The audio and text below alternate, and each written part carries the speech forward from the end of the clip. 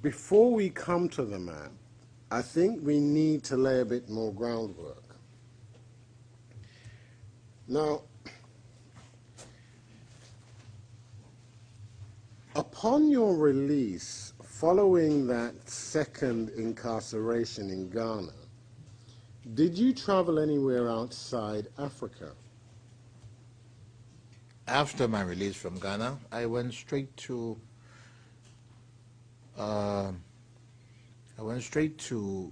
Ivory Coast. Then I went to Burkina Faso, verified my trip I went into Libya to see the situation of the men, returned, and then before I went to France. Why did you go to France?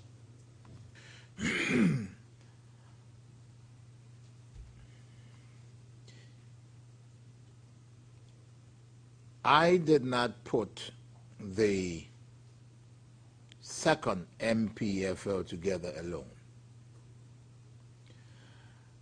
This second MPFL was put together by those of us. I remember saying to the court, there was a group in La Côte d'Ivoire. Now,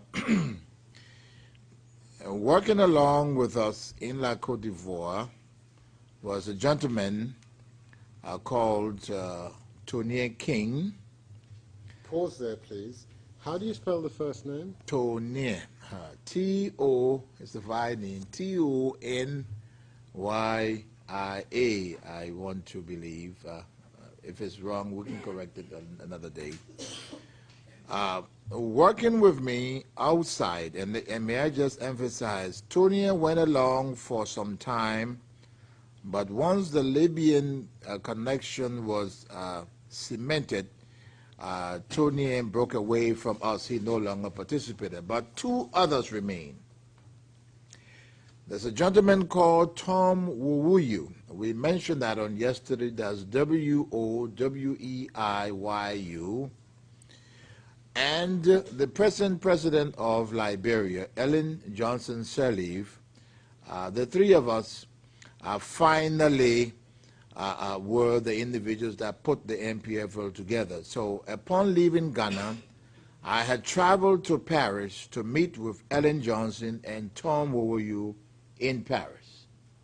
And when you say that the current president of Liberia, Ellen Johnson Sirleaf, was one of the organizers, in what way did she assist?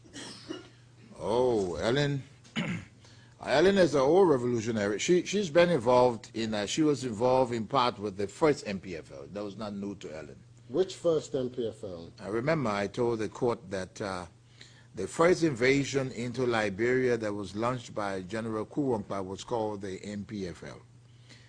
And this second, or maybe it's better to say this continuation of the MPFL, Ellen was also a very good part of it, because Ellen was also a very close friend of General Kuwankpa. So she was involved in the Kuwampa coup? Well, I am, when you hear me say she was involved, I will not be able to give you all of the details because I'm sure, from the prosecution questions will come. I was out, but I know she was close to Kuwankpa, and the extent of her involvement, if I'm pressed on this, I wouldn't be able to give you the extent, but I do know she was associated with Kuwankpa. She associated with the training outside where she knew about it, okay, and she knew about ours. But in my case, she was really involved in helping me financially. Financially how? Oh, Ellen raised money throughout while the training was going on. In fact, I had taken the first two picture groups to her in Paris. She had then moved to the United States. The first two what?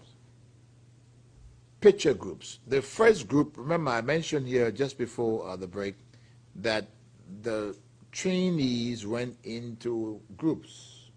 The first two groups had gone, and I did mention that in the second group was Moses Blah, or Blah. we had pictures of these combatants. So I flew into Paris. We met at Orly Airport, in fact, at the Holiday Inn Hotel at Orly Airport, where I was. She came and I showed her the two sets of pictures. She was very, very pleased. And then this was really to convince her that her efforts were not being wasted in what she was doing. And by that I mean she was doing two things. Ellen raised most of the money that we needed for all of this movement in the early stage and even during combat. And secondly, I now cannot go back to the United States. She is, if I'm not mistaken, is working with a bank somewhere in the Washington, D.C. area and has tremendous contacts. So we use Ellen to do our so-called diplomatic contacts outside and to raise money.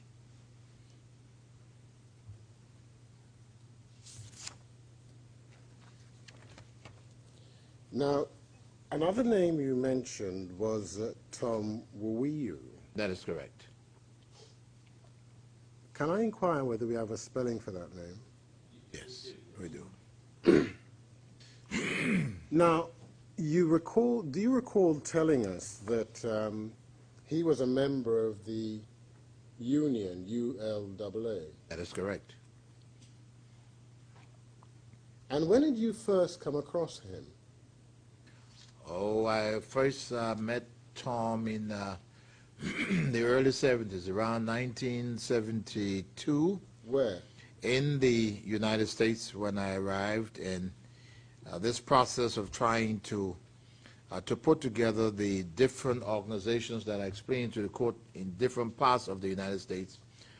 Tom was stationed in the state of New Jersey, one of the largest chapters of the union, and was very influential in working with different groups in the New York, New Jersey area.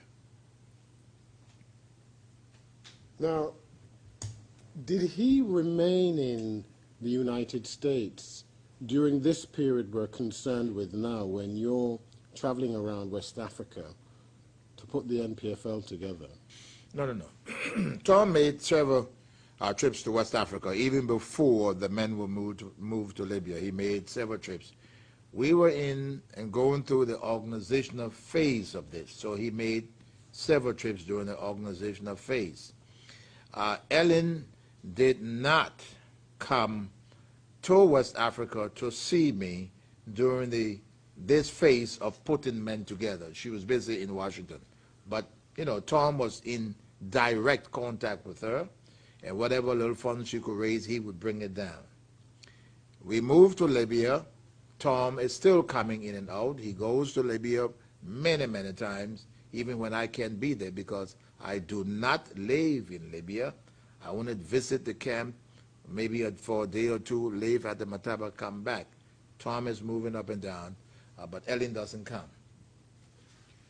Now, so we've dealt with Tom Wuwiyu. I just want to ask you a little bit more, please, about Ellen Johnson Sirleaf. When did you first met her? Oh, Ellen.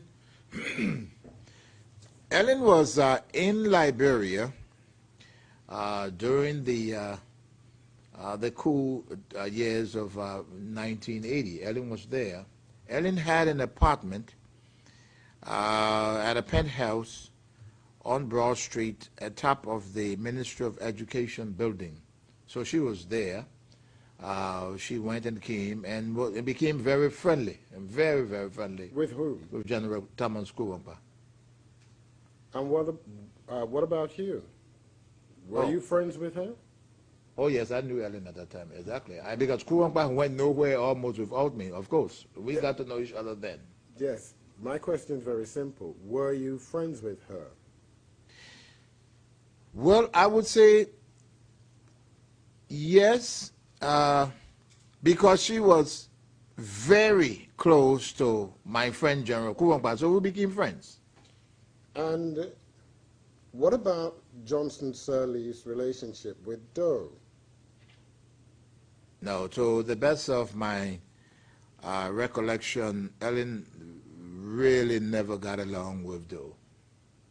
And what happened to Ellen after the October 1985 elections in Liberia? Oh, to the best of my recollection, I think Ellen was arrested. By whom? By Samuel Doe, who was the president. And I understand that she managed to get out, I don't know how, of Liberia, and she was saved by some, I understand, some mutual friends. It is believed that she was helped by a gentleman, a very good friend of hers, or at least I hope they are still friends, called Gabriel Doe. I understand assisted in getting her out of the country when she got out of prison. Now, so putting all of this together, who were the main people in putting together this second NPFL? Ellen Johnson Sirleaf, Charles Gankey Taylor, and Thomas Wowoyu. Finally. Were there others involved in an organizational capacity?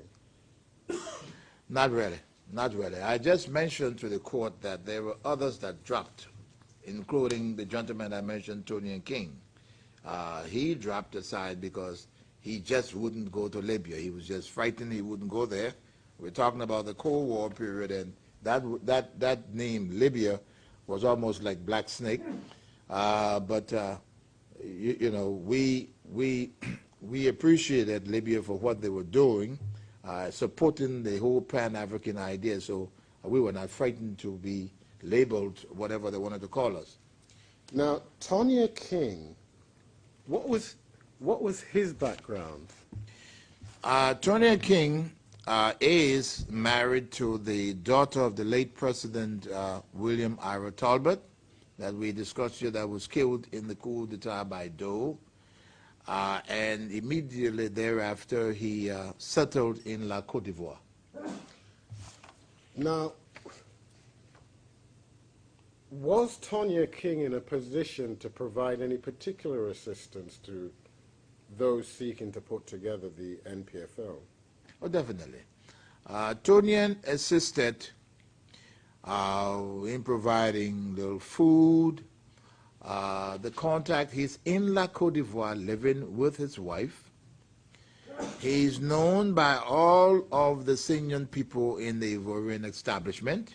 Why? Remember I spoke about Daisy being married to A.B. Talbot, the son of the late William Ira Talbot, whose sister is married now to Tonya King. So there is sympathy in the establishment for that family in total. And so he helps substantially. He helps in whatever way he can. And I'm saying to you, he breaks away at the Libyan part that apparently he just couldn't take, I guess. Apart from contacts with the Ivorian establishment, did he have any other contacts in Côte d'Ivoire? Yes, of course. Tonya had been a very, he was trained in the intelligence field. In fact, at the time of the coup d'etat in Liberia, Tonya is what we call Commissioner of Immigration and Naturalization, which is a part of the security establishment. He had good friends among the British and American embassies in Ivory Coast. He had very good contacts. Contacts with whom within those embassies? Of course, the officials, the ambassador, the intelligence people, he knew all of them. Intelligence people like whom? I don't know the names of the individuals, but when we talk about intelligence from the United States, especially external intelligence, we're talking about what? The Central Intelligence people. He did not introduce us to them because he's an intelligence officer, but he had extensive contacts with them. And was that of assistance to the NPFL? Well, I didn't ask Tonya where he got his little money from, but he assisted with little funds and meals, And things were just made easy for us. I remember now, moving people across West Africa, from Ivory Coast to Burkina Faso to Libya, there was no leakage anywhere. No one, nowhere, anywhere on this planet knew at that particular time that Charles Taylor was training people in Libya. So I must assume that those connections were used very well because we moved people throughout that region. We got travel documents for them. So Tony used his links very well. Let me just pause for a moment. Dealing with the same topic, did you have a secretary when you were at the GSA, Mr. Taylor? Yes. Can you recall her name? Yes. What is it? My secretary at the General Services Agency was called Grace B. Minor. It was not just secretary, it was something like an assistant directorship and special assistant. Grace Beatrix Minor, who later on also fled to the United States. And after When did she flee to the United States? At the time of my departure from the General Services Administration, when Clarence Mamadou arrived at the GSA, he went after Grace Minor and the Deputy Blambo Nelson that I said is now Senator in Liberia. Blambo remained in Liberia, but Grace went to the United States, and she remained in contact with me throughout this period and was the second main link to Ellen Johnson Sirleaf. That was a very, very, very close buddy of Grace Minor. Now, Mr. Griffiths, two things: the spelling of minor M-I-N-O-R. and the date of the French trip. When it was that you went to France. Okay, that is after I come out of jail. I'm going to have to approximate this, Justice. I'm released from the prison in Accra in late, let's say, 86. I go, so that trip to Paris has to be somewhere in the first half of 87.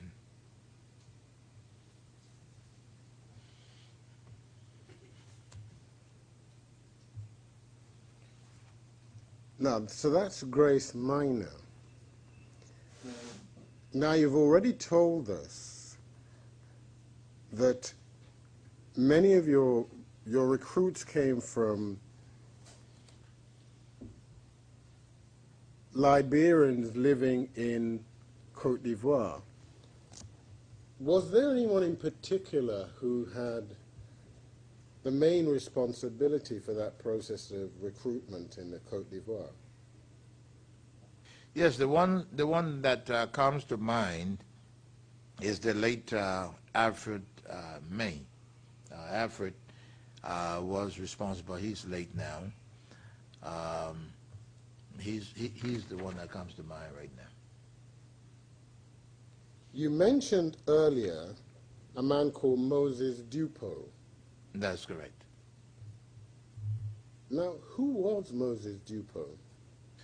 Moses Dupo was a mutual friend of mine and General Thomas Kuwamba. We were in the States together in the Union of Liberian Associations in the Americas. I think I mentioned that in my testimony on yesterday. It so happened that Tupi, my wife's sister, was also, Tupi's sister was also married to Moses Dupo.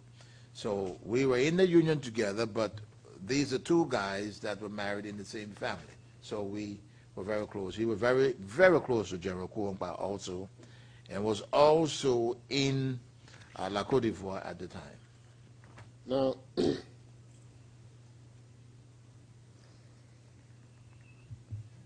You spoke of a split with Tonya King over the Libyan connection.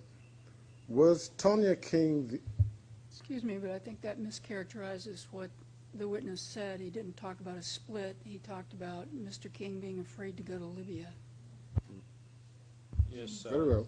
Okay, but I can clarify that. Well, can you help us then, Yes. please, Mr. Taylor? I think counsel is right. Tunian is with me all the way, but he just would not travel to Libya.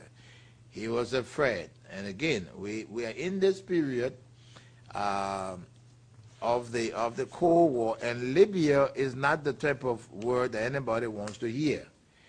And just to, I don't want to use the word speculate because the court does not accept that, but my own guess, I'll put it this way, is that Tonya has intelligence connections, and maybe it's good that he didn't go, because his connections with the diplomatic committee in Ivory Coast just might have exposed him. But he did not go, and so I got upset and felt that if we had put men together to send for training and he was not prepared to visit them as Tom had visited them, and it's not like in Ellen, who was in the United States and by coming would have probably burned her track, they would have gotten to know. But being right in West Africa, if he didn't go, then we had to drop him, and we dropped him. Was anybody else dropped from the original organizing group? No, nobody else was dropped. The Moses Duopos of this world and the other people, as we advanced in this process, maybe I can see where your questions are coming from. I just want to explain this.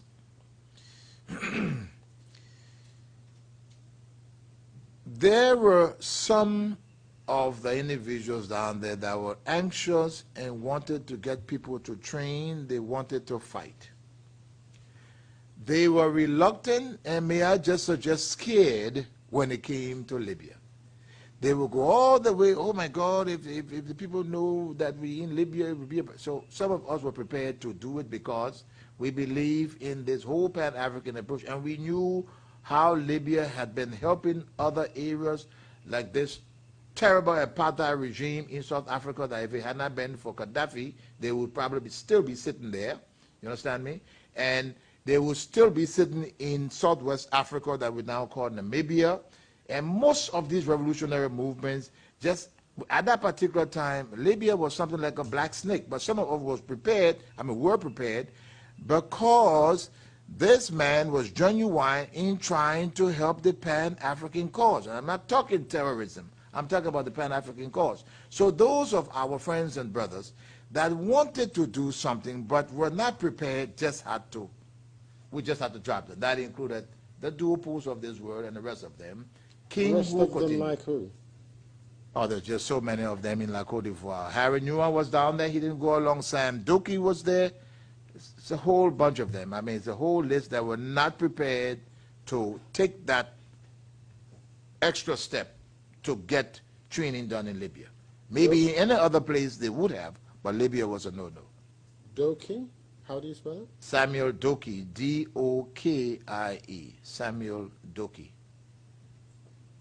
He joined me subsequently, but he was in the area. Does the name General Podier mean anything to you, Mr. Taylor? Podier I'm gonna was object. That's a leading question. Well, it is leading, Mr. Griffiths, but are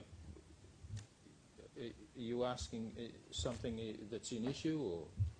Well, I was hoping it wasn't an issue, Your Honor, but maybe I ought to tread with care.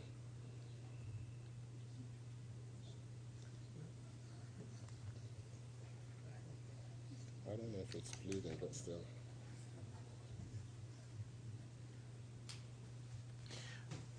Who was Samuel Doe's vice president on the PRC? after the execution of General Thomas Ware Saint that we've mentioned here, General Podier became the vice head of state. Did he remain in that position? No. General Podier, the question that you asked me earlier, if I were to begin to name everybody, it would be virtually impossible because everyone that was anti-Ado was out of Liberia there, including Podier. No. Podier was there. How did Podier come to be there? Well, Podier he had also broken away. After the elections of Samuel Doe, Podier and all of these guys were sidelined. And I'm talking about the election of October 1985. They were all sidelined, and Podier and all of these guys became disgruntled and left the country and were prepared to fight to remove Doe. In what circumstances did General Podier leave Liberia? I'm sorry, I can't recall the exact situation. I was not in Liberia at the time, but I know that his life was under threat and he came out of Liberia. Now, you've told us about groups of Liberians training in Ghana, in Libya. Did anything happen in relation to General Podier in any such attempt? Well, let's get the sequence here right. These guys, Podier, Dupu, all of them remain in La Côte d'Ivoire. The men are now training, and I think early to middle 1987, Podier, now so impatient, may I say, foolishly decides that he has found an African witch doctor that can make him invisible. And so he's going to become invisible, go to Liberia, enter the mansion, catch Doe, and take power. Now, it may sound crazy, but this is exactly what happened. He goes into Liberia, but before then, Doe begins to lure him into Liberia. Doe tells him to come back, and I'll make you vice president. Okay, we are not now in La Côte d'Ivoire. We're moving our people for our training in Libya. So he foolishly agrees and says that now that he has this so-called witch doctor disappearing power, he will accept the invitation, go and catch Doe and kill him. So he goes, and as he reaches Ganta, this is a town in Nimba County. Doe is already prepared for him. Doe arrests him and I think one other gentleman and kills him. That's the end of the Podier story. Now I want to look in more detail at the actual logistics involved in putting together the NPFL. Where did the main recruitment take place? La Côte d'Ivoire. And for the most part, those recruited came from which ethnic groups in Liberia? About 90% were members of the Gio and Mana ethnic groups from Nimba County. By which route did they travel from Côte d'Ivoire to Libya? They traveled via road from Côte d'Ivoire, Ouagadougou, and then a flight to Libya. Who paid for it? Not the Libyan, the Libyan Mataba paid for it. In what numbers did they travel from Côte d'Ivoire to Libya? They traveled in small groups, 15, 20, not large groups at a time, to make sure that it was just not too open to large numbers of persons are moving. Some of them will travel by buses, some will travel by train into Ouagadougou. And where did they obtain the necessary travel documentation from? All of that was arranged by Tonian, helped with the arrangement for the travel document. Alfred May, that I mentioned before, also helped with the arrangement for the travel document. All was required, and this is important, ECOWAS member states, that's the Economic Community of West African States, do not require visas for the member states. You can travel on what is called a laissez-passer to any of these countries. And in the case of what we call the Francophone group, and what is that? Those countries in West Africa that had France as their colonial masters are the Francophone. The Anglophone are those that the British were their masters. And so in the case of the Francophone, with an identity card, even without a passport, you could travel. So what we sought to do, and I must admit, I do not know the full detail yet, because don't forget, I'm in jail in Ghana when the first two groups move. But after I get out, this is what I meet. They get laissez-passers from using Tonian's contact, some from the Liberian embassy, and some of these guys, well, let me move that word, guys. Some of these men are guilds. Now, the Guild ethnic group is a very large ethnic group that you find in La Côte d'Ivoire and in Liberia. They speak the same language. In La Côte d'Ivoire, they would throw one or two French words, but a Guild from La Côte d'Ivoire and a Guild from Liberia, you would know the difference, because when they meet, they speak Guild. This is also true for the Manas, and as we progress, this is also true when it comes to the Sierra Leone side of the border. So the Guilds from Liberia that spoke Guild went to the gendarmerie, and speaking Guild, they were able to get identity cards. Now, that's why I went through this whole thing to explain to you. So, to become an Ivorian for the Guilds, all you had to do, once you spoke the language, you went to the Ivorian gendarme office in Danane, which is a town, I think that's D-A-N-A-N-E, and that's in the records, or Emma, M-A-N, a little bigger town outside of Danane. Once you got there and you spoke Guild and said that you were coming from, let's say, a border town with Liberia, you were, you know, an Ivorian, and you got a carte d'identité. So they could also use that to travel to Burkina Faso. Because the carte d'identité, they had during that particular period, and I think to a great extent it still is this, you've got this, I think it's something is Entente. Something what? It's called Entente. I think it's a French word, Entente. As in Entente Cordiale. Voila, that's it.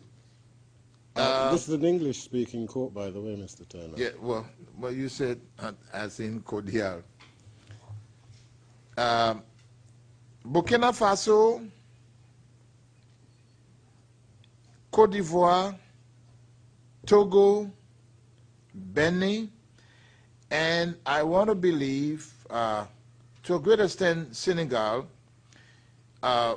There was a time that ministers, individuals from those countries became French ministers. So that whole cooperation existed. So using an identity card between these countries was very, very simple, because they exchanged silver sevens if you were very good and you were, say, for example, Ivorian, you could become a minister in Burkina Faso.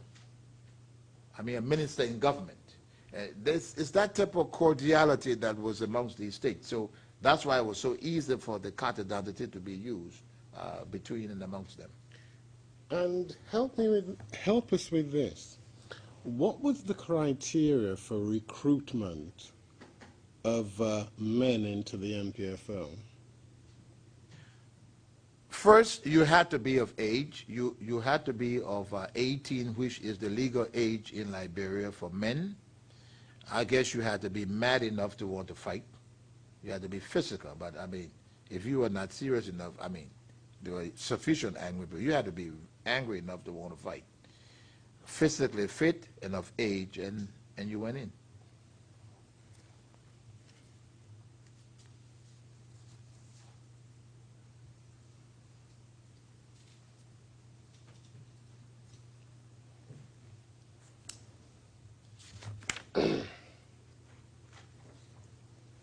Now,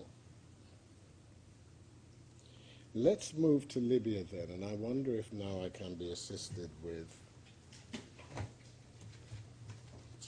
Defense Document 208.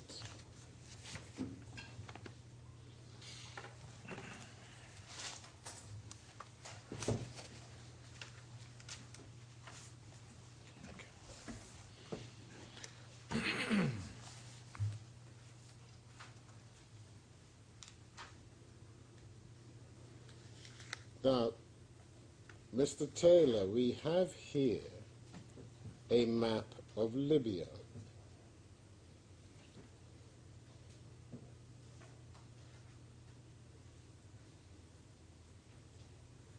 And can you see on that map Tarabulus, Tripoli? Yes, I can. Now, the camp to which these men were taken was in what location? I did say that the men were taken to a town outside of Tripoli called Tajura. How do you spell that? That is Tarhurah.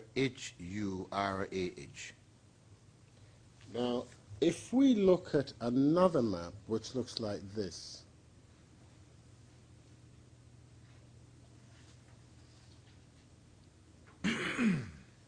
we see Tarabulus, and we also see highlighted Tajura. Yes? Yes. Now, first of all, Mr. Taylor, just physically, what was this camp like at Tajura? Tajura is a very, very huge former United States military base that was built in Libya before the revolution of Colonel Gaddafi. It's an extraordinarily huge military base that was U.S. owned but had been vacated at the time of the revolution. When was the first time that you went to Tajura? Following my release from jail, I visit Libya again. And then the men are now in the camp. I go to the camp to visit them because they had not seen me. I had been in jail for 8 months. They had not seen me. I was just about to take them. They are now on the base. And so I went there to, to greet them and to, tell them thanks for what they were doing because they had not seen me. Pause there. How many men are we talking about? The first two groups are already there. They are continuing. The movement is continuing. I get out. I've gone through this process. I go to, I've now gone to France. I've informed Ellen. I come back. I go to Libya now to go and visit with the men. By this time, the first two groups of men that have traveled, all I have seen of them myself are the photos. I have not physically met them yet. Even by the time I show those photos to Ellen, I have not met them yet. But my question, to go back to it, Mr. Taylor, was how many men are in the camp at that stage? There are about 40, 45 men at that stage. In due course, what was the maximum number of men that you had at Tajura? In due course, the total number of men finally reached about 168, I would say. Around about 168.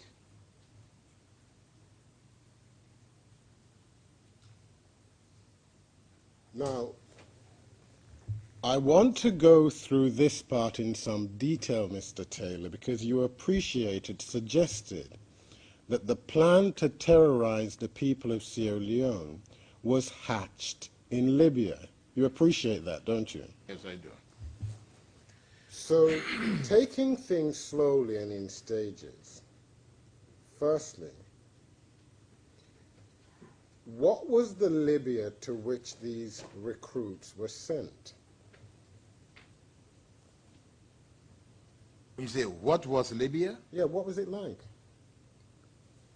Well, we are now dealing with a Libya that is championing Pan-African activities.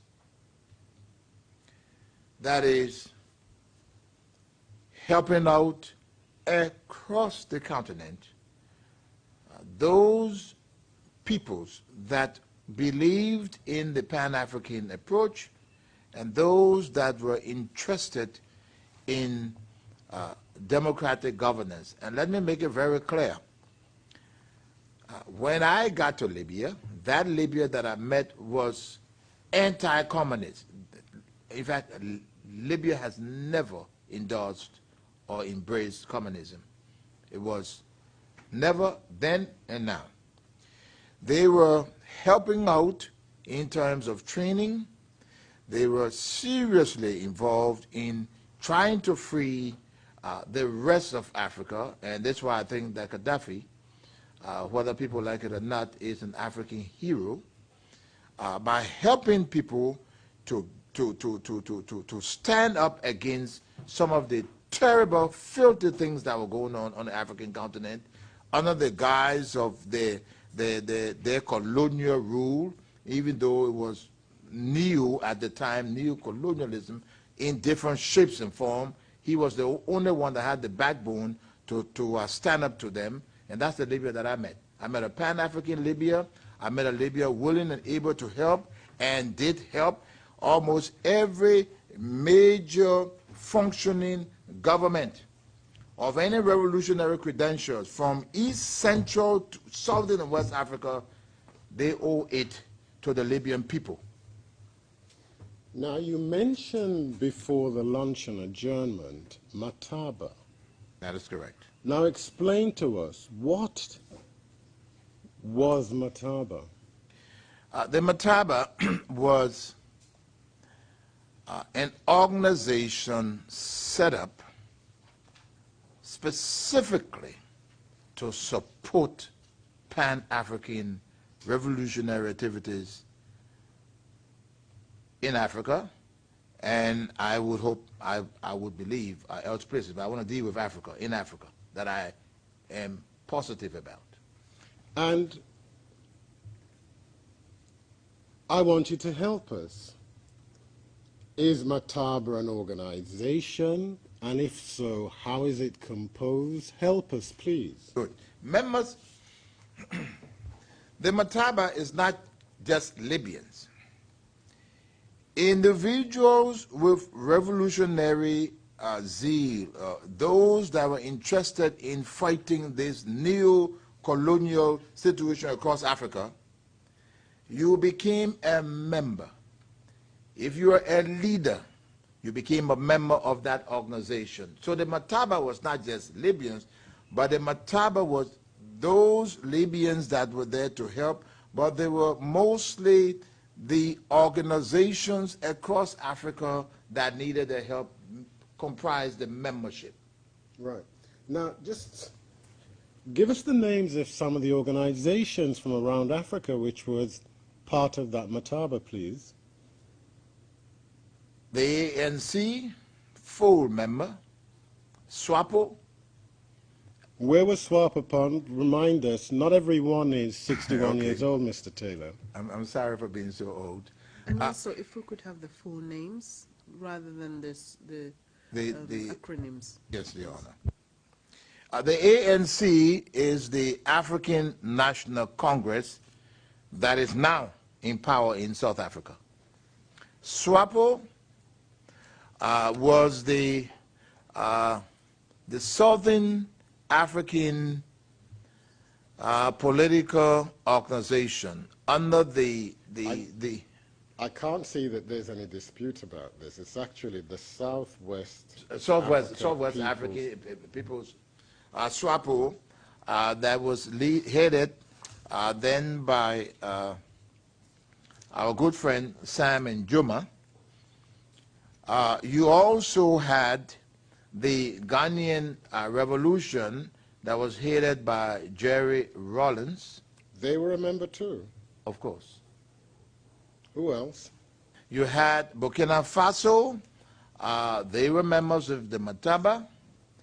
You had Uganda, was a member of the Mataba. What was that organization called, or did it have a name? No. Uganda went there. This is the time of, we're talking all the way back 86, 87. At that particular time, they did not go there as an organization. My good friend in Uganda was going through his own problems, but they had representatives. Who's he? I'm talking about the present president, Museveni. So he was there as well, was he? No, not he personally, he had a representative there. Okay, and what was that representative's name? Do you know? If you don't, tell us. I don't quite recollect. I will see if I can go through my head, but there was a representative there.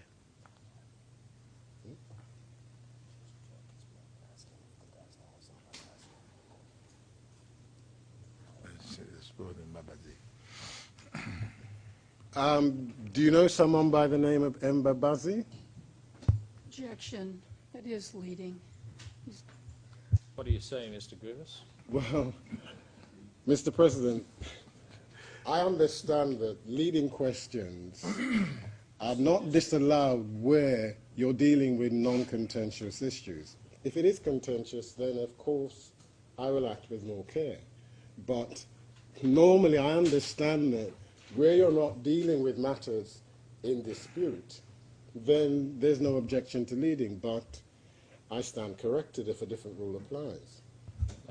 That Is was it in not the- dispute? That was not the position taken during the prosecution case in chief, and we don't know if it's in dispute because we don't know what they want to use it for, and we have no idea who the representative was. So it's not a matter that is of common knowledge. All right, well, you can renew your objection if it turns out it is in dispute. I'll allow the question. Go ahead. Very well. Do you know that name, Mr. Taylor? I know Mbabazi very well. And who was he? He was a representative that went in and out from Uganda. And some spellings, Sam Njooma, N-U-J-O-M-A, Museveni, Yoweri, Y-O-W-E-R-I, Museveni, M-U-S-E-V-E-N-I, and Amama Mbabazi, A-M-A-M-A, M-B-A-B-A-Z-I. Mbabazi. Yes. Now, so far you've mentioned various groups from around Africa, Mr. Taylor. Were there groups there from any other part of the world?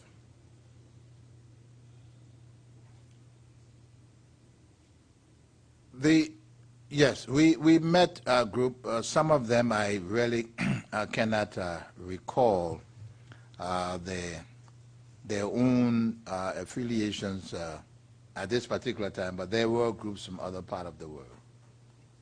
Help us. What parts of the world? There were groups from Europe. There were groups Such from as what parts of Europe? the United Kingdom. There were groups from Where in the United Kingdom? well, there were Irish groups there from the IRA. There were IRA representatives. I don't know, because most of these individuals, we have to be lucky to know their names. But there were groups from different parts that I don't recall some of the names from the southern hemisphere, Sumatra, and I forgot what area that is. Sumatra. There were representatives from the island states, from all over. So, how many people were, give us an idea, how many people were actually a part of the Mataba? How many people are we talking about? Well, in terms of individuals, I don't know the number, but in terms of organizations, there could have been as many as 25 different groupings and organizations that comprise the Mataba. Now, what did the Mataba actually do as an organization? How did it manifest itself? The Mataba provided funds, provided means of training, provided what I would call an enabling a situation for those that were yearning for change and help. But within that, what you wanted and how you wanted it was a part of a collective discussion. So, for example, let's say I'm at the Mataba, and some of the people that we met, I forgot to mention other groups that were there, were the Gambian group was there. So I reached to the Mataba, and at any given meeting, for example, some of the meetings that I sat in, there were Sierra Leoneans, there was a Sierra Leonean, there was a Gambian, there was a Ghanaian, there was a Burkinabe, there could be a South African, but you would sit down, discuss your problems and what possibly had to be done to assist you, what type of assistance. Libyans would sit in the meeting, and based on your own personal desires, the Libyans will come in and help you to achieve that. But you had to go through a process, what we call then establishing your revolutionary, credentials. So no flukies went to sit at the Mataba to talk about revolution. You had to be practically vetted. You had to know what you're talking about. And what do I mean by fluky? You could not just go to Libya and say, hey, I want to launch a revolution and become a member of the Mataba. You had to show that you had the capacity, and if you wanted to stage, let's say, an armed struggle, you had to show that you had the manpower to accomplish it, and that you were willing to be disciplined, because, you know, and respect laws of war. We had to go through all of this at the Mataba. So, for example, those people that I associated with during the time I was there were the Sierra Leonean leader, Ali Kaba, the Gambian leader, Dr. Manning, M-A-N-N-E-H, Kukuya Samba Sanye is his real name. We're going to have to get the thing for that. The Burkinabe people, not people, the Burkinabe representative that was there. And so we'll go through this discussion and determine if or what you tell your problems and see how we could converge together. So the Mataba must not be looked at as though it was an organization on its own. The Mataba was an organization within itself comprising individuals that wanted to stage Pan-African activities on the continent. I need to press you for more information on this, Mr. Taylor. So you've explained the composition of the group. You've explained how you needed to establish your revolutionary credentials. Was there an overarching philosophy at the Mataba? You know, I've always not gone into these political philosophies. The Mataba did not press anyone to adopt a Libyan-style government or movement. The Mataba was about assisting in the overall philosophy of Pan-Africanism, where Africans would want to take control of their own continent, and I mean real control. That's the principal philosophy that we met there. For example, we appreciate the link between Colonel Gaddafi and the Little Green Book. Was that required reading for everyone at the Mataba? Yes, you were required to at least read it, but you were not required to adopt it as a philosophy or else. So was there an all-encompassing philosophy at the Mataba, which had, for example, a Marxist-Leninist base? Gaddafi would have never permitted anyone to stay in Libya if you had a Marxist, Leninist, communist base. I said before in my testimony, he was and is not communist. So it had to do with Pan-African approach as far as a political philosophy was concerned. Gaddafi is a socialist as far as the economic ideas are concerned. Okay, so no. He was not that that Marxist. No, Marxism. No. Give us an idea of the total number of people who were at that camp at Tajura. I don't know. What are we talking about, Mr. Taylor? Can you give us some kind of idea? Well, let me tell you what I mean. In total.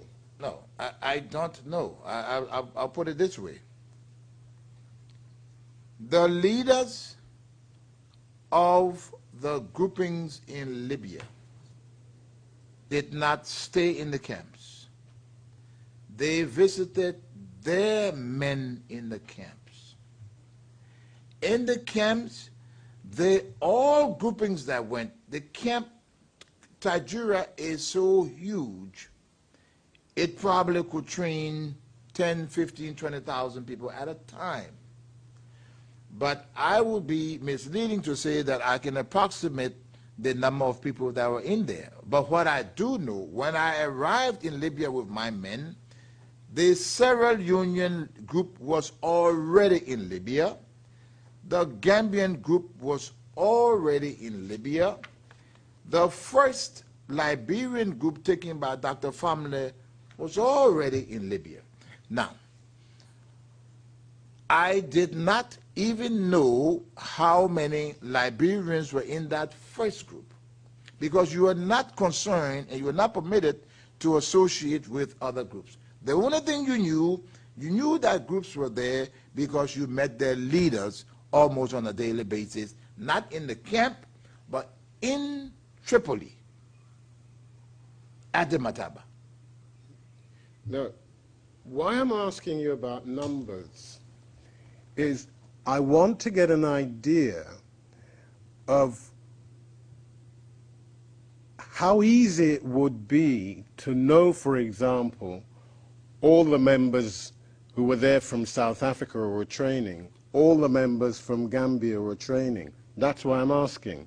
So, did you have any idea about that? No. I hope this explanation will help the court. You're talking about a very, very huge military base that I think, and I stand corrected on this, maybe the records will show, may have been the largest U.S. base in Libya at the time. So United States bases are not small bases. They are humongous. Now, there were large groups because their leaders were they're considered to be, extraordinary. The Liberian group that I carry may have been one of the smallest group. The point I'm trying to make here is that that base was capable of training at any one time 10, 15, 20,000 people. And there were times that you could have had as many. And I don't want questions to come up later where you said that there were 10,000 or 15,000 people. There were probably more people. Because when you think about some of the groups that went there for training, some people carried thousands of people. But the point I want to drive home here is that you would very rarely be able to put your finger on exact amounts, because no matter how small or how large the group was, it was not your business. You did not have contact with the groups. You only had contacts with the leaders. Were you ever permanently based at the camp in Libya, Mr. Taylor? Never. I just said that I never lived at the camp. No leader in Libya that was a member of the Mataba lived at the military barracks at Tajura. You had an apartment in Tripoli. There was a guest house for those of us that went in and came out, that stayed at the guest house in Libya or at a hotel in Tripoli. But you never, ever stayed in the camp. You could go and visit your men for several hours, sit around, talk with them, which was encouraged, because you don't want to just carry people to a military camp, drop them, they never hear from you again. When you just come back and say, hey, guess what, we're ready to take you. So you could go, which was a good idea, and it showed good leadership skills to go and sit with your men. Now, it must be important to note this. The men within the camp did associate with each other. So, for example, people from, I would say, the African continent, most of the men that trained, a lot of them knew each other very well because they were in the same camp. And sometimes, let's say, my men, for example, 168 men did not comprise, that's just about, I would say, probably a company size, militarily, one company. And so so if they wanted to say train a battalion size, maybe 400 or 500 men, they would put groups together. But that is for the training of the men in the camp. But they would not permit leaders to go there to go and meddle with other people or get to know who was there. That was not your business. The men knew each other, but the leaders knew each other. Were the leaders in Tripoli based in the same guest house? Some were in the guest house. Some were in hotels. Ali Kaba, Kukuya Samba Sanye, myself, most of the West Africans that did not really stay there a whole lot used the Mataba guest house. I had, there was an apartment in Tripoli that I used. Okay, but most of them, and I came to Mataba every day, and as is normal, and I'm sure the judges will understand it. You're from West Africa, of course you want to hang with West Africans. So at the Mataba, most times, Dr. Manny, Ali Kaba, myself will be together, conversing all of the time when I was there. So, what about Fode Sanko? Fode Sanko was, I tell you, what I heard of Fode Sanko for the first time on the BBC. Fode Sanko was nothing. He was not at the Mataba. Fode Sanko was apparently one of Ali Kaba's men that were in the camp. Fode Sanko knew my men. I did not know Fode Sanko, just as Ali Kaba did not know my men. No, Fode Sanko was nowhere with the type of credentials to be a member of the Mataba. Because if he had to be a member of the Mataba, then it meant that Ali Kaba would not be there. And it was Ali Kaba there. And Ali Kaba, that surname Kaba, who's he related to? Well, I'm going to tell you what Ali told me. Ali Kaba told me that he had been a student, a Pan-African student activist at Froabe College in Sierra Leone. There were problems at Froabe. I think he got in trouble once or twice. Either got thrown out. And I want to be sure of this because again, in Africa, when you say uncle, father, brother, you have to be very careful. But Tijani Kaba, former President Tijani Kaba, Ali told me upon his retirement from the United Nations, where Tijani, I think, had risen to the rank of Under-Secretary General, had retired, he sought to move Ali from Sierra Leone. Who sought to move Ali? I'm saying Tijani Kaba. Move Ali from Sierra Leone because of the problems he was experiencing, and a few other individuals from Froabe into Ghana and on to Libya, where this whole Pan-African thing was going on. And that's what I know about him, that Ali told me that Tijani is his uncle. Now, I could be asked about this, and I don't know whether it's an African uncle or a biological uncle, because in Africa, when we say uncle, it could mean an older man or whatever. But that's how he got there, and Tijani knew he was there. That's what Ali told me. I met him there, I met that group there. Can I pause for a moment and deal with some spellings, please? Dr. Mane, M-A-N-N-E-H, whose name is also Kukwai Samba Sanyang, K-U-K-O-I, new word Samba, S-A-M-B-A, new word S-A-N-Y-A-N-G, Burkinabe, B-U-R-K-I-N-A-B-E. Is there anything else with which I can assist at this stage, Mr. President? Thanks, Mr. Grievous. I can't think of anything at the moment. Now,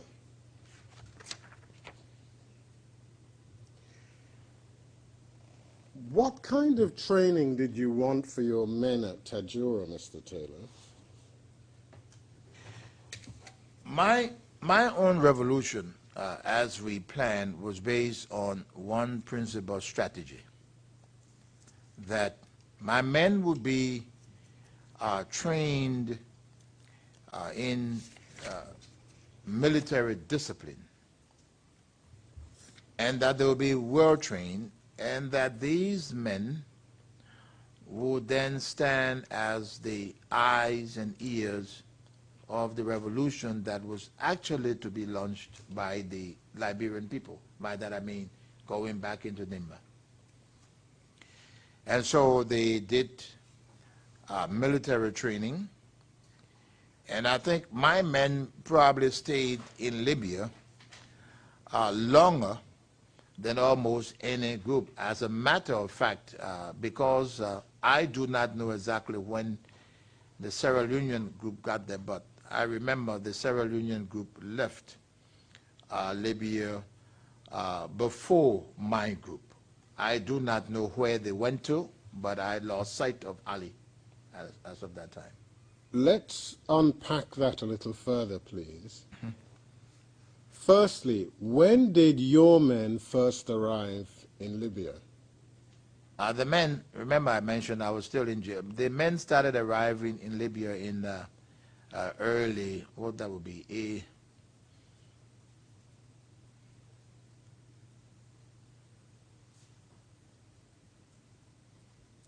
87, that had to be, early 87. They started arriving in Libya. And when did they leave? Oh, my men did not leave Libya until around the middle of 89. Almost 2 full years of military training. Now, during that 2-year period, help us, how much time did you spend in Tajura? None. A day, several hours at a time whenever I was there. I just mentioned for the record, no other leader lived in Tajura. We could not. How regularly would you visit then? I, during that period, would probably visit Libya probably once every 3 or 4 months. And when I did not go, Tom Woyu would go visit with the men because I was busy trying to plan what the men would do when they returned from Libya. Now, for the not to confuse anyone, you have 168 men in Libya that have been trained.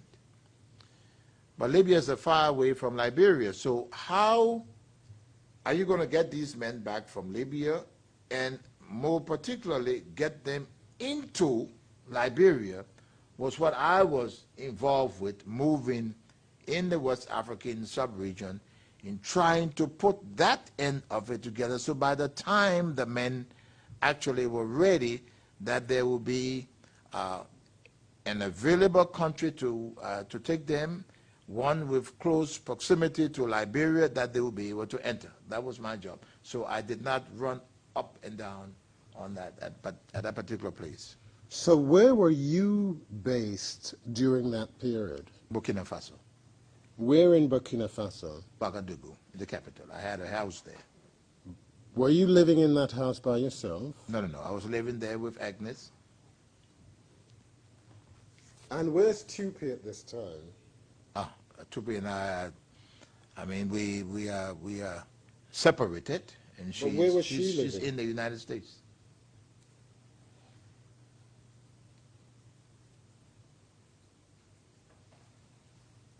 Now, you've told us that you were aware that there were Sierra Leoneans in the camp at Tajura. That is correct. Do you know when they'd arrived there? Not particularly, no. I just knew that they were there. Ali was there. He told me that his men were in the camp. Did you know how many Sierra Leoneans were there? No, I did not. You And that, mentioned- and that is not odd because I did not even know how many other Liberians were there. I don't follow that, I'm sorry. Well, I'm trying to say it is not odd that I would not know how many Sierra Leoneans were there because it was nobody's business. I did not even know how many other Liberians. Remember, I mentioned to the court that Dr. Famule had men in the camp. I didn't even know how many men he had in the camp, even though they were Liberians. What about Gambians? Did you have any idea how many Gambians were there? Yes, because the Gambians were not in the camps. The Gambians had, before we got to Libya, had attempted an uprising in the Gambia, led by Kukuya Samasanye, about a year or maybe earlier, and had fled the Gambia. So they were already trained soldiers. They were not more than, I would say, 25. I know this because the Gambians were used as security personnel at the Mataba facilities. Okay, so they were not trainees anymore. They were like revolutionaries, had already attempted a revolution, had failed, and they were all there. Their leader was there. So we got to know most of the boys because they were outside at the gates. They were the security personnel at the Mataba. Now, you've told us about meeting with Ali Kaba, Dr. Manning. Concentrating on those two for the moment, did you come to any mutual agreement with them to assist each other in your revolution? Not at all. We were there looking for assistance ourselves. So how could we assist anybody? No one was looking for assistance. In my case, no. In Ali's case, no. In Manning's case, no. Because in fact, we were there, and all the assistance that we needed, we were getting it through our Mataba colleagues. Maybe you misunderstand me, Mr. Turner. Did you say, for example, to Ali Kaba, when I launch my revolution, I want you to help me? Never. No. That No. is leading the witness. It would be much better if the witness would testify. Well, I've asked it. Look, it's very clear. I did not seek any assistance from Ali Kaba. Ali Kaba did not seek any assistance from me. I said Manny did not seek any assistance from me or Ali Kaba, and vice versa. We were not in a mataba to ask to assist each other in what they wanted to do. We were there to exchange Pan-African jargons and talk about it, but at no time did I promise Ali Kaba or he promised me. At no time did I request from Ali Kaba an assistance, or at no time did Ali Kaba ask of any or for any assistance from me. At no time. Because Ali Kaba's own revolution, as far as he had explained it to me, Ali Kaba, who, by the way, if it were possible, we'll still bring him to this court because I think he's available, he's just frightened. Ali Kaba said to me that within the armed forces of Sierra Leone and the police and the other security apparatus, he had all of the assistance that he needed, and that the men he was training in Libya would return directly to Sierra Leone, and that upon the return from inside Sierra Leone, they would launch the revolution. So there was no request or nothing from him to me or from me to him. It was not necessary. It did not happen. There were no promises and could have never been. Another aspect of this, and you appreciate why I'm asking you about in such detail about this, Mr. Taylor. Yes, I do. You've already explained that your men were receiving military training. Now, apart from military training, was there any kind of ideological or philosophical training? No. My men did not receive any ideological or philosophical training. At Tajura, the men, I was aware of the fact that all, and may I say most of the people there, were given an opportunity to read the Green Book. But the Green Book was not a prerequisite for assistance. So we were not subjected to ideological or psychological training at all. We were there for our own revolution, to launch it our way. We were given an opportunity to read the Green Book. If we wanted anything, fine. I did not subscribe to everything that was a part of the Green Book. So my people were not ideologically trained with the Green Book, no. But help us, Mr. Taylor, on those occasions when you visited the camp, did you address the men as a collective? Collectively? Oh, yes. My men? Now help us. My men. Yes. Now help us. What did you say to them as to why they're there, what your intention is, what you're seeking to achieve? What did you tell them? Well, very simple. Don't let's forget Liberia was not in the dark at the time of these people, and these men that were there, they were not of the caliber of the People's Redemption Council. We had educated people. For example, I told you, when you went there, we talked about this change of moving dough. We talked about the type of government that we wanted to set up that will be free of tribalism, sectionalism, and all this kind of stuff. We talked about eliminating this. Well, I'm not interested in all this kind of stuff. But that's what we talked about. I want you to spell it out, please. It is suggested that you formed a plan there to terrorize the civilian population. So take your time, Mr. Taylor, and tell us, what was the plan?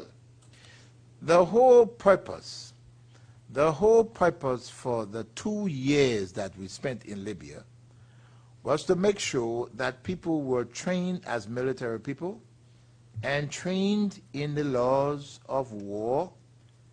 We realized, and I have made it very clear to this court, the 168 men that we trained, we were basically depending on the civilian population in Liberia to launch the revolution. Now, it would be silly and really stupid for anyone wanting to launch a revolution using civilians to want to terrorize them. We were too small a number to go and fight a war. So we needed the people.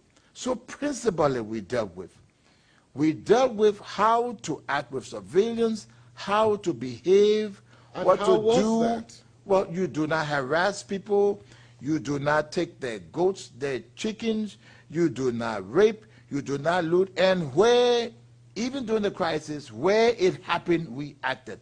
So we dealt directly with organizing our people to first of all care for any revolutionary leader, any guerrilla leader must know that unless you take good care of the civilians, you will go no place.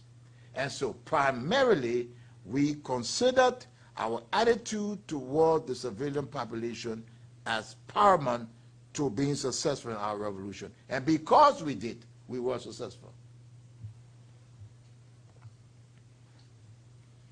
So what did you say to them about the type of government you wanted to establish in Liberia? It was going to be a democratic government. We wanted to go in, launch the revolution, and submit ourselves to free and fair elections. And help us, because again, this is relevant. What was the military philosophy taught at the camp? Well, when you talk about philosophy, I'm going to need some help from the court.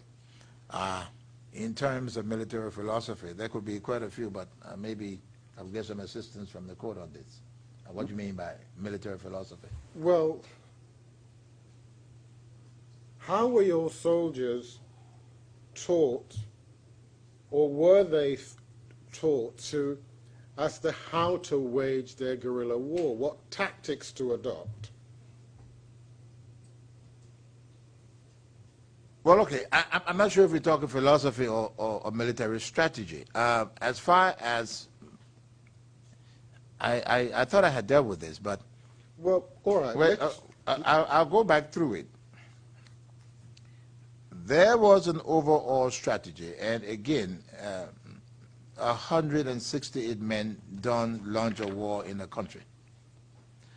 We sought to have our men well trained and disciplined, and well, basically in military you have discipline and courtesy, to make sure that we could go in, sufficiently work with the local population. Once we had launched the revolution, where the local population would come in and help, we did not have to coerce them, we did not have to subject them to any abuse, and that through that process, our numbers will rise, they will be trained basically, and we will be successful in our revolution. That is basically the overall strategy that we designed. Well, I'm sorry for laboring this, but it's so important I fear I must. What was the philosophy regarding the treatment of civilians?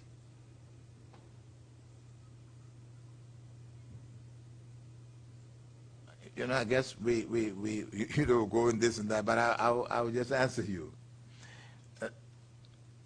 I said earlier, if you abuse any civilians, if you took their property away from them, if you took their homes from them, you will lose their support. What we said that military people will deal with military people, but civilians will deal with civilians, and this is why even as we entered Liberia, we did not dismantle the civilian apparatus that we met on the ground. We took advantage of our chiefs, our elders, our zoos, to work along with the population. They Our were what? told, Zoes? zoes, Z-O-E-S. Our zoes are our traditional native people. That anything involving civilians should be referred to the civilian administration. Anything military will be dealt with the military. That is why, in my testimony, I think yesterday, I mentioned very clearly that we accept that those military people that carried out atrocities were arrested, they were court-martialed under the Uniform Code of Military Justice, and they were dealt with. And that is why there is not one instance that have been presented before this court where there was a civilian that was executed by the military command of the MPFL. It is because of the separation that we did. We separated military activities from civilian activities and left the civilian activities to the civilian administration in the country. Let me break it down further. What was said about the treatment of children? We did not at all encourage any children under the age of 17 to be involved in military activities. We did not, in fact, we did not close the schools. And this is one thing that has not come No, up this Mr. right. Taylor. I'm talking about Libya, where the plan is supposed to start. What was taught about how children should be treated? Well, just, are you there, Mr. Interpreter? What's happening? Feedback.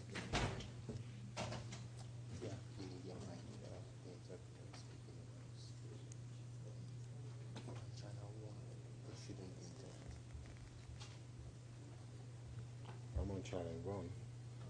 So, no, I don't want to hear it. I think it's being adjusted. The court manager's inquiring as to which channel has been switched.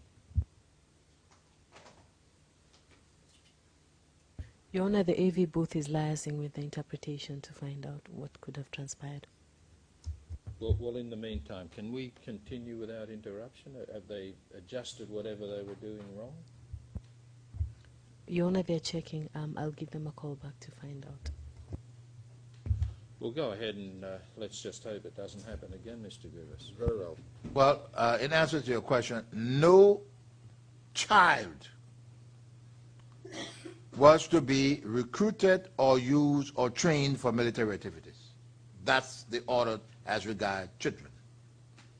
Only people of military age, men and women, were to be received for military training.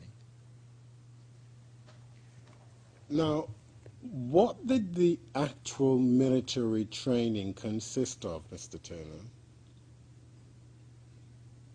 Basic drills, learning how to what you call conceal yourself in combat. They learn how to assemble, well, first disassemble and assemble rifles. They learn how to take position to shoot. They learn military formation. They learn how to carry out search procedures. They learned how to carry out cordon procedures. They learned, and we were very specific about this, they learned how to also individually care for prisoners of war. They learned how to deal with prisoners of war. And even those that were trained also learned, part of their military training, how to deal with civilian populations. This was the entire course. And was all the training... Mr. Gurvis, I'm sorry to interrupt you. No problem. There was just one part of that piece of evidence I didn't understand, and that was the reference to, was it cordon procedures? Yes, cordon What cordon procedure is, Your Honor? If the military went into an area to search it, they would secure the area before searching. It's called I think cordon. That's how I know it, cordon. No, I understand now. Yes. Thank you. Very well. And was all of this training land-based In Liberia? in Libya? In Libya, no. We did both land and we did seaborne operations. Any others? Now, these were basically land and sea-based operations. I don't recall any other right now. And what did the sea-based operations involve? Oh, learning how to, we call them Navy commandos, how to use small boats to navigate secretly into enemy territory using the sea. There were a few that specialized in carrying out diving activities. For example, you could dive and go into areas, and we did this because Liberia has one of the longest coastlines in West Africa. And so how do you get from one point, if we had to use the sea, these Navy personnel could use it, because for us, they are sighting, and when I talk about boat, I'm not just, let me just, maybe there's another name for it. It is boat too, but they are sighting trees in Liberia that we use for what we call a canoe. It's a very light wood that you cut and you can dig it out, hollow it out, and use it. And we knew that this existed, so even if we did not have the Western-built little boats, we could almost use our canoe, okay, to do it. So we got that and trained Navy personnel, and most importantly, to swim. How to swim, rest, and don't ask me, I don't know how it's done, but they were trained to do it. You can swim in the water, rest in the water. Now, that's almost impossible for me. Rest in the water and continue swimming. And so if we had to get to certain areas on the Liberian coast, otherwise we needed people that were trained that could do that. So we did the seaborne training.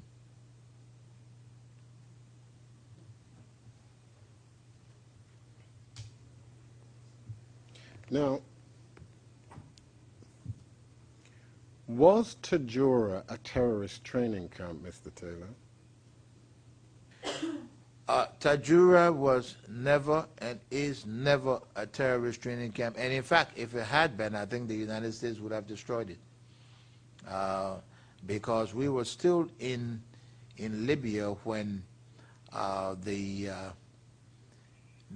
think the Reagan administration, if I'm not mistaken, ordered the bombing of Tripoli. You were there at the time. My men were there during that raid on Tripoli, and I am just surmising here that if they felt, and the buildings that were bombed were in Tripoli, that if Reagan, who ordered the bombing of Tripoli, thought in his mind that Tajura was a terrorist base, they would have bombed it.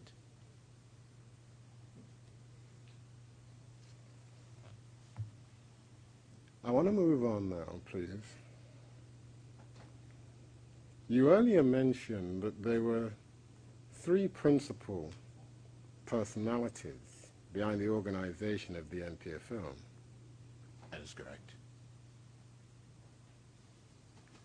Did anyone eventually emerge as an undisputed leader? Yes, I did.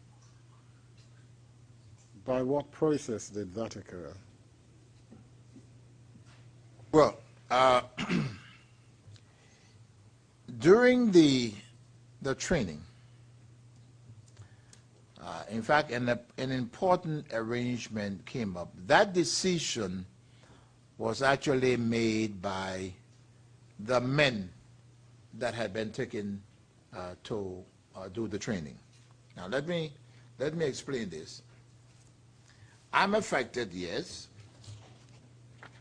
but the individuals from Nimba, the Nimbadians, the Dan and Ma individuals that comprised 90% of the personnel in training, see this also as their revolution and an opportunity to go back and avenge the death of their people. In fact, what these people in Nimba at the time were actually looking for, they were really looking for a leader, somebody that could put a program together for them to go back and fight Doe. I mean, this was it. And so we came up with an arrangement. We sat, and the arrangement was this. Okay, Mr. Taylor, you have gone through all of this headache. You've helped to put this whole thing together. The arrangement is this. We get back to Liberia, God willing, we succeed. You are the leader. But one of us must be your vice president. So, in direct answer to your question, that decision was taken by the men that were taken for training. That was their decision. And when was that decision made? That decision was made in training in 1988, before we left to come to Liberia, or West Africa at least. Now, this training was going on for some 2 years. Did it go totally undetected to your knowledge? To the best of my knowledge, it went undetected. No one knew? Well, when you say no one, I can't say absolutely no one, but I think those people that matter, and I'm speaking about Doe, surely did not know because he never accused Libya at the time. We did not get this feedback from any major Western intelligence source. And so I can't say no one, but I think those that it would have mattered for did not really get to know.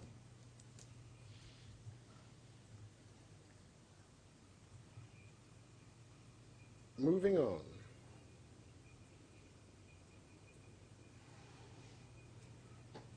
Does there come a time, Mr. Taylor, when it's decided that training has come to an end and your forces must be moved on? Yes, and this is the hard part that I explained earlier, that I had been in and out because I had to put certain programs together. I had come to West Africa. There was no problem in the men coming to Burkina Faso. They left from Burkina Faso. But the problem was, at what point do they enter Liberia to launch the revolution? So they surely could not probably do it from La Côte d'Ivoire because there were just too many people, so we did not think about La Côte d'Ivoire initially. That left one option, going back to our old friends in Sierra Leone. I travel, and as I recall now, and I'm glad that I probably mentioned it earlier, Your Honors, actually the Kurongba situation was with Siaka Stevens. Because now I think Momo is chief of staff at the time. I'll now go, and Momo is president by late 88, by 89. I then go to Momo, and the contacts with Momo, sadly, there was a gentleman, he's late now, called Prince Barclay, who, Barclay spelled out. B-A-R-C-L-A-Y, who was part Liberian and part Sierra Leonean, that knew Mohammed Doumbouya very well. So arrangements were made through Doumbouya to see if I could come down to Sierra Leone to speak to Joseph Momo. Those arrangements were concluded. And so I flew into Freetown.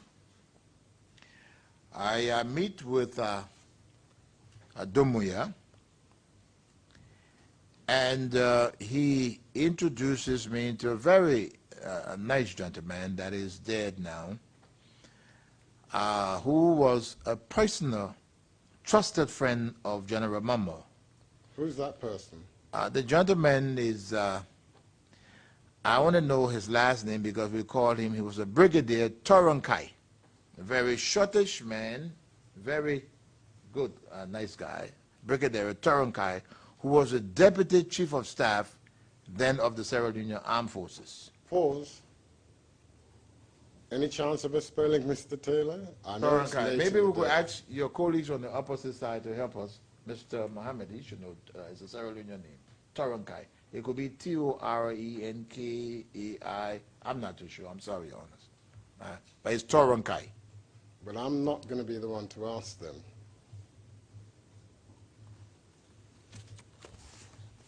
I think we'll continue, Mr. Grivis, and the name may come up again. Brigadier Toronkai, short, nice gentleman, met with me, and he went on to President Mamo and explained to him that I had arrived, and that night I was taken to President Mamo. Now, Pause for a moment, Mr. Taylor. Can you help us with a date here? oh boy, this I would say was in the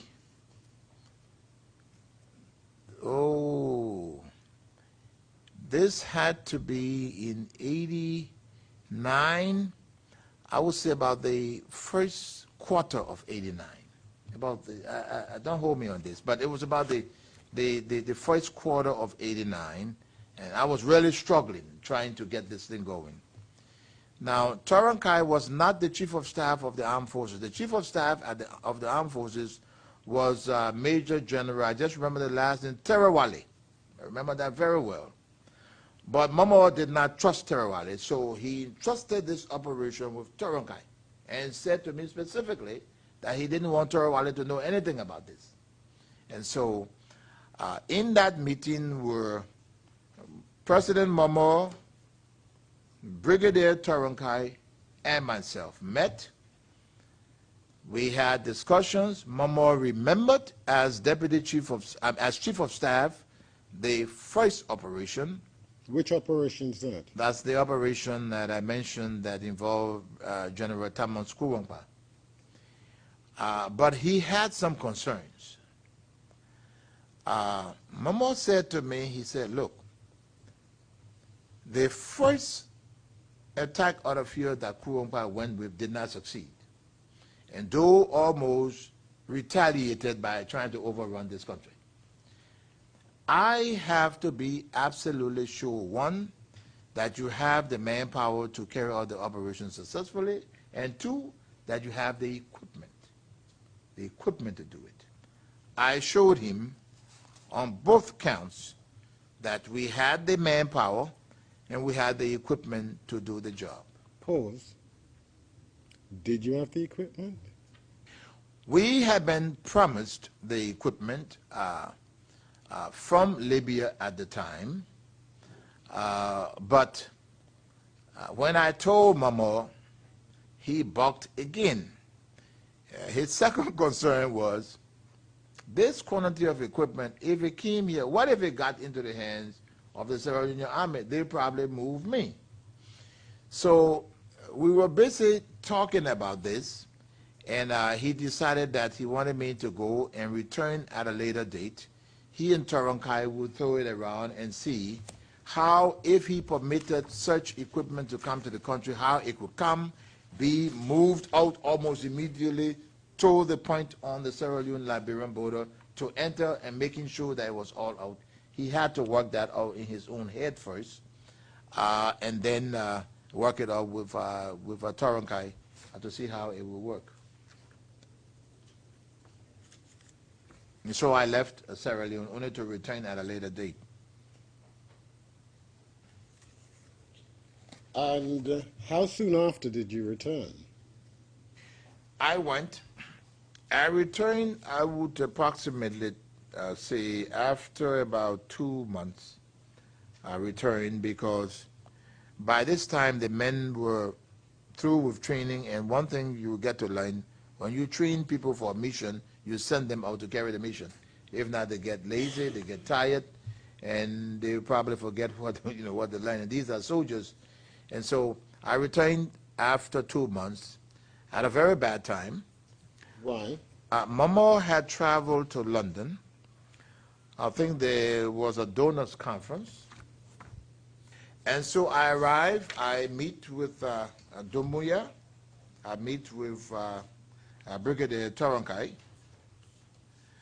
But at that time, there was a very, how do I call him? A very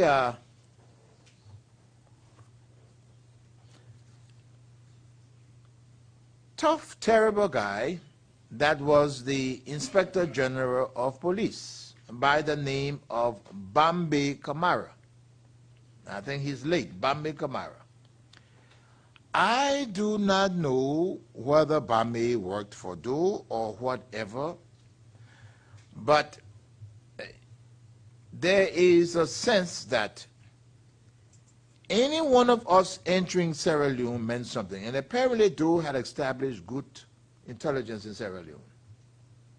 I arrived there, President Momo is out of the country. Bambi Kamara arrests me. Now, there is a problem here. Tarankai knows the whole deal. Dumbuya knows the whole deal. But Dumbuya in the SSD is a member of the police. And he is only a junior assistant, I think, superintendent of police. So even though he's commanding the SSD, but he's low in the rank, so he cannot question Bambi. Tarankai is in a mess because his boss, the chief of staff, Major General Tarawale, does not know about this deal. So Bambi arrests me. They rush to Tarankai and Dumbuya. Dumbuya has to run for cover because he probably could have gotten arrested. Tarankai intervenes with Bambi. Bambi doesn't want to listen to Tarankai. He calls Tarawale. Tarawale doesn't know. Tarawale gets angry that this thing, in fact, Tarankai tells him, oh, the president is aware that Mr. Taylor is here and he's invited him. And don't touch him, I know. So Tarawale is asking him, but what do you know? He can't tell him because the president doesn't want for Tarawale to know. So I'm stuck and I'm put in Padema Road prison. I'm there for about 3 days.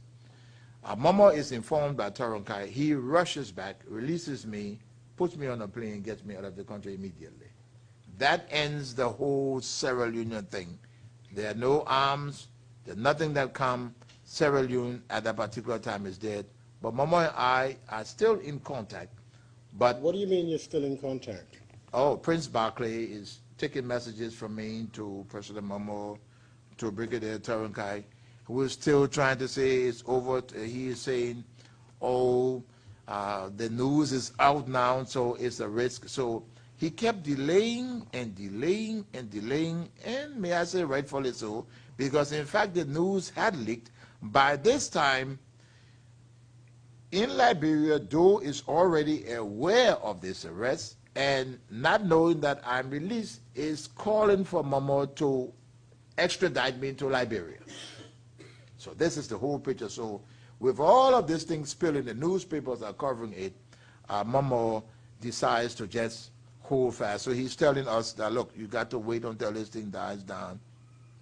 But in the meantime, the men are just getting nervous, and they are stuck in Tripoli now for 2 years. So we decide that I will take another move, or make another move. But just to complete the circle at this point, did your arrest in Sierra Leone cause you to have any antipathy towards Momo? No, not at all, not at all, not at all. President Momo and I remain good friends.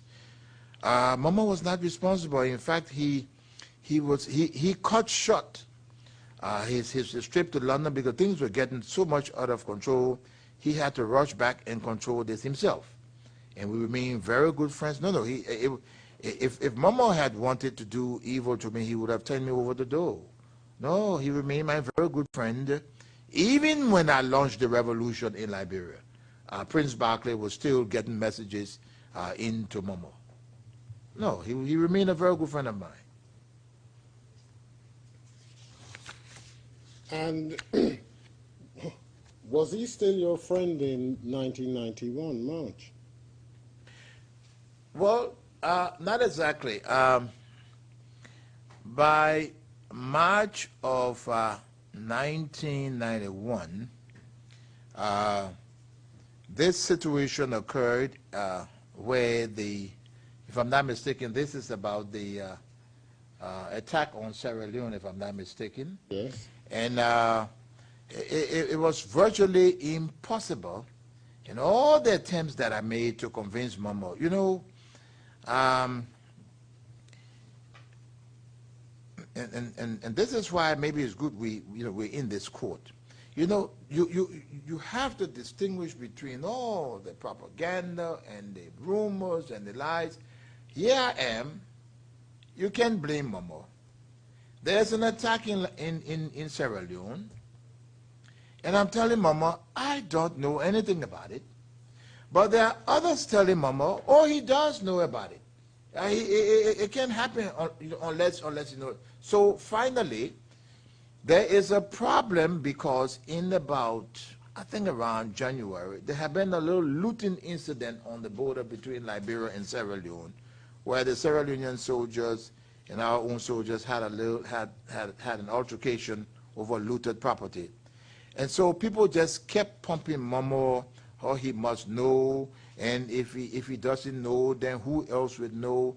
And this continued and continued, but this fighting was going on. That is what subsequently led to the ULIMO coming into Liberia, because Momo was convinced, beyond reasonable doubt, appeared, that because his friend had done this to him, he had to do something too. And that's why he armed ULIMO. Then later on, I sought, to work with the RUF. So this is how all this happened, just on, okay, it must be so, it's not so. And this happens all the time, between countries, where one leader would accuse the other. It's got nothing to do with facts, but this is what happens.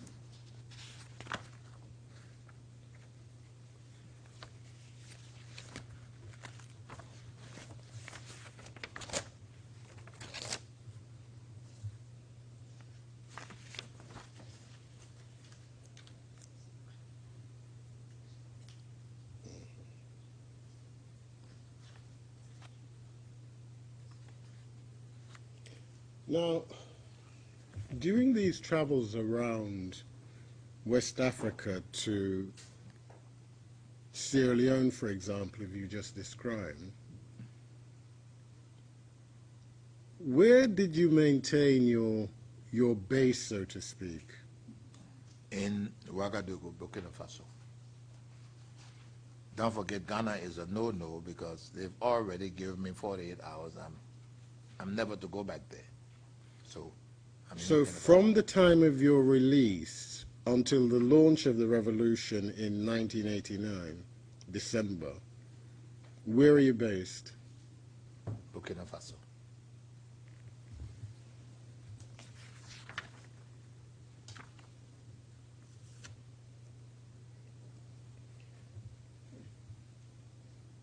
Can I give us a spelling? James Bamba, B-A-M-B-A, Kamara, K-M-A-R-A.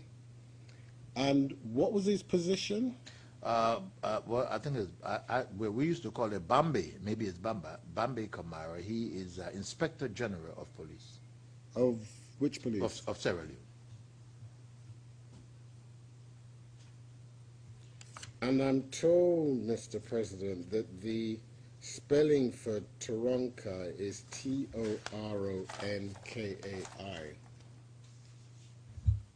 Thank you, Mr. Grievous.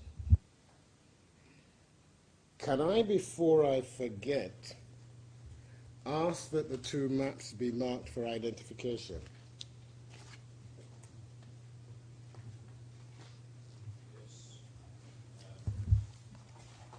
Yes, well, we'll make them, I think I can safely say MFI 1, and we'll make them A and B. The untitled map will be MFI 1A, and the map entitled Libyan Arab Jamahiriya will be MFI 1B. I'm grateful. Would that bit then be a convenient point? Yes, we'll adjourn today and continue at 9:30 tomorrow. And Mr. Taylor, you're going to be hearing this every day, but it's something I must say. You're cautioned not to discuss your evidence with any other person. Thank you. We'll adjourn. All rise.